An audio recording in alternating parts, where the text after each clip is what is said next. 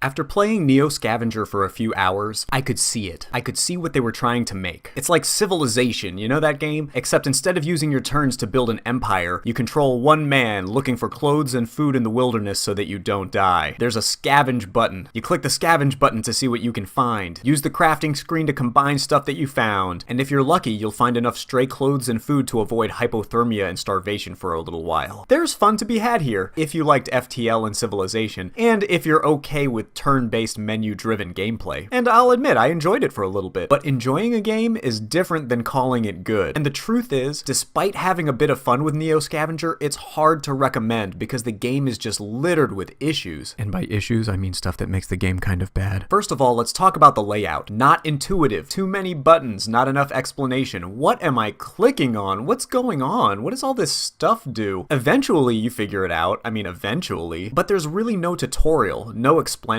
events to teach you anything. Crafting's a pain at first. Even when you start figuring out how crafting works, you gotta navigate through not so great crafting menus to find the things that you need. At first, it was even hard for me to figure out how to bandage my guy. I mean, you can't just click the bandages and hit use. You gotta go to this other screen and you gotta bandage the individual wounds. The point I'm getting at is that Neo Scavenger is a crappy teacher. I think the mark of any decent game is how the game introduces you to its features. It's actually cool to me when games start you off basic and gradually grow more complex. It's called scaffolding. You gotta give the player some support. I was playing BioShock the other day, so I'm just gonna use this as an example. With BioShock, as with other shooting games, you're not even given any weapons at first. Just take a minute, just get oriented, learn how to move. Then after a minute or two, maybe we'll give you a melee weapon. Once you've used that for a little while, we'll give you a gun. If you survive and prove that you're alright, we'll eventually step you up. Eventually they hit you with a menu system, but not till later. Gradual complexity is a part of good design. Games can be complicated, just don't do it all at once. That way, players can learn without feeling frustrated. You know what? This is why people avoid chess. No one wants to play chess because it's hard to just start. You have to learn all the rules before you even get to play. And learning all the rules takes about 3 days. I don't want to sit down and memorize a million rules.